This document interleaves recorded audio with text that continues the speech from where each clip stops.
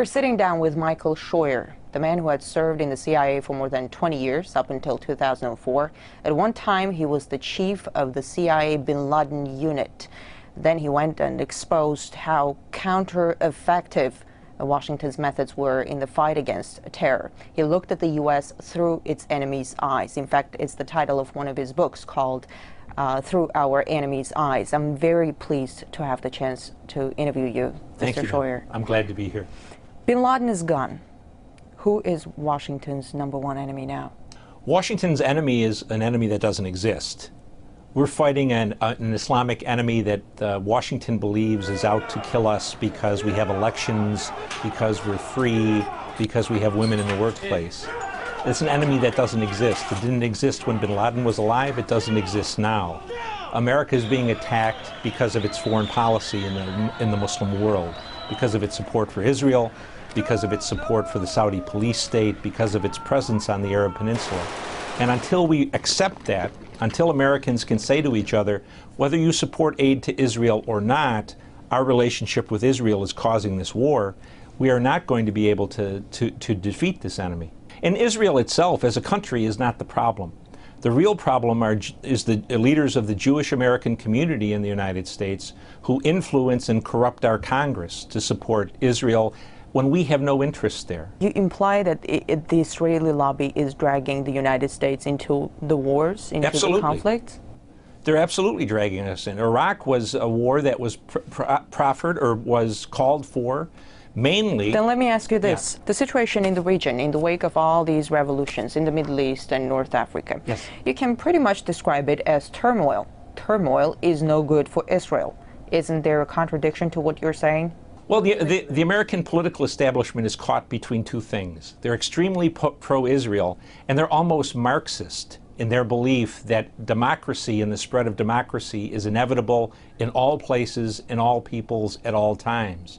And so they need to protect the Israelis, but they can't say what is a reality. For example, there is not going to be a democracy in Tunisia, or Libya or Egypt that in any way resembles democracy in the West.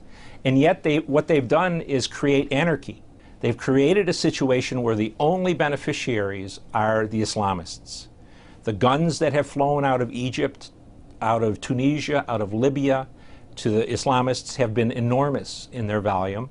And the prisons that were opened in Egypt, Tunisia, and Libya have reinforced the Islamist groups across the world. So their mindless pursuit of secular democracy, at the end of the day, endangers the stability of the region and probably the whole world. Are you saying we're going to see further radicalization of the region? Oh, especially in Africa. Yes, ma'am. The guns that are flowing out of the three places where there were Arab Spring revolts are going to cause problems in Somalia, across North Africa, and in Nigeria. Let's talk about Syria. Yes. Syria says the earth will start shaking if anyone intervenes in their internal affairs. How badly does the U.S. Is the U.S. trying to interfere? Oh, I think we're interfering unconscionably. Until they removed the U.S. ambassador, he was running around the country trying to encourage groups to overthrow the Syrian government.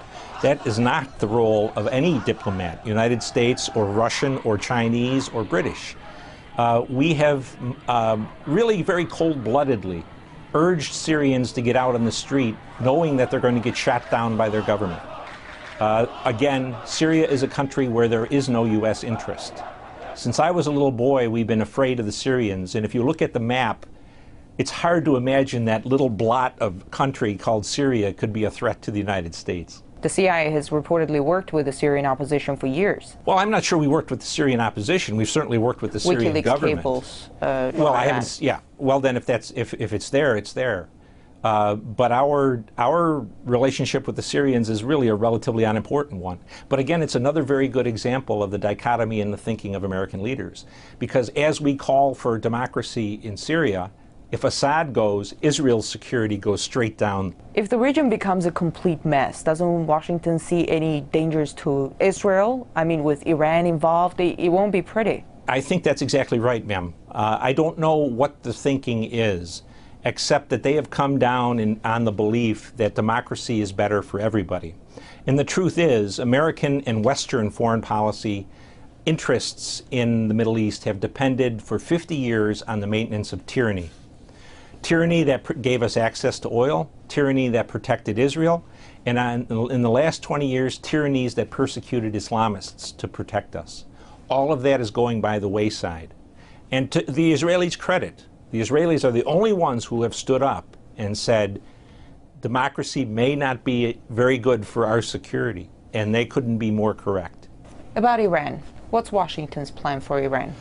Whatever Israel's plan is for Iran. Both parties, Republicans and Democrats, are deathly afraid that the Israelis will attack them off their own hook. And if Israel attacks Iran, the Americans will get blamed for condoning it, whether we did or not. So I think what we're seeing is a slow, almost inexorable advance toward some kind of a conflict with Iran. What do you make of these recent accusations that the Iranian government was trying to kill the Saudi ambassador in Washington? I'm not in a position to know whether or not the information was accurate. But when I was a young intelligence officer, I worked against Iran and Lebanese Hezbollah. And I can tell you, in the 90s, they were meticulous in covering their tracks and only using as agents of terrorism their own people. The plot that was described by the Attorney General of the United States is a comic opera. Through a Mexican drug cartel. Yeah, and to believe that the Iranians would risk war with the United States, Israel, and much of NATO to kill a Saudi ambassador who was not even part of the royal family, that's hard for me to believe. Let's talk about Libya. Libya is in ruins in the wake of NATO bombings. Yes. It's brimming with weapons. Yes. An Al-Qaeda flag was planted over a courthouse in Benghazi. Yes. How good of a playground is Libya for people with radical agendas? Very strong Islamist presence in Libya. Since the war against the Soviets in Afghanistan, Libya has sent as many of its people to fight in those insurgencies, the Islamist insurgencies, as any other country in North Africa, maybe outside of Saudi Arabia. The Libyan Islamic Fighting Group fought a long time against the Soviets. They fought against Gaddafi. A great number of Libyans went to Iraq and to Afghanistan to fight us. And whatever strength the Libyan resistance had in terms of military capability, that came from experienced Islamist fighters. So the idea that somehow there's democracy afoot in Libya is just simply wrong. Could it become a hotbed of terror? I don't know if it could become a hotbed of terror, but it can become a country that's decidedly anti-American, anti-NATO. It can be probably less a hotbed of terror than a country that is vastly unstable. It seems the U.S. is almost creating grounds for terrorists to surge and then goes out fighting them. We see it in Pakistan. They got the whole nation alienated because of the strikes. A lot of people want revenge. How efficient is that? We are very efficient in this day and age, in the last 20 years, in creating enemies. We're not very efficient in creating security for the United States. We have the best educated population in the world, and we have the people with the littlest amount of common sense. How many times have we heard Mr. Clinton, Mr. Bush, Mr. Obama say, this has nothing to do with religion, this is not a religious war, this is a bunch of people who are just madmen. We are definitely fighting a religious war. And until we come to realize that, we are never going to be able to defeat it. In fact, we're encouraging the growth of a new generation of people who are going to fight us. The U.S. is pulling its troops out of Iraq, but at the same time, it's boosting its military presence in the Persian Gulf. More ground troops are planned to be deployed. New drone bases are being built. What do you make of such expansion? It just demonstrates again the ignorance of the United States government in terms of its political leadership about what our problem is in the Muslim world. The key point of formation for Al-Qaeda was the presence of U.S. military forces on the Arabian Peninsula. 15 years after they declared war on us, we're now going to take people out of Iraq and put them in Kuwait and Bahrain and Saudi Arabia, reinforcing our presence on the Arab Peninsula. Only going to cause us more foes and more enemies in the Islamic world. It's a contradiction. It's a lack of common sense. Let me ask you this: if the U.S. pulls out of everywhere, yes, Is it going to be the end of terrorism? It certainly would deny the terrorists the glue of unity that keeps them focused on the United States. If we weren't the main enemy, they would be attacking Israel, they would be attacking the Saudis, they would be attacking the Moroccans.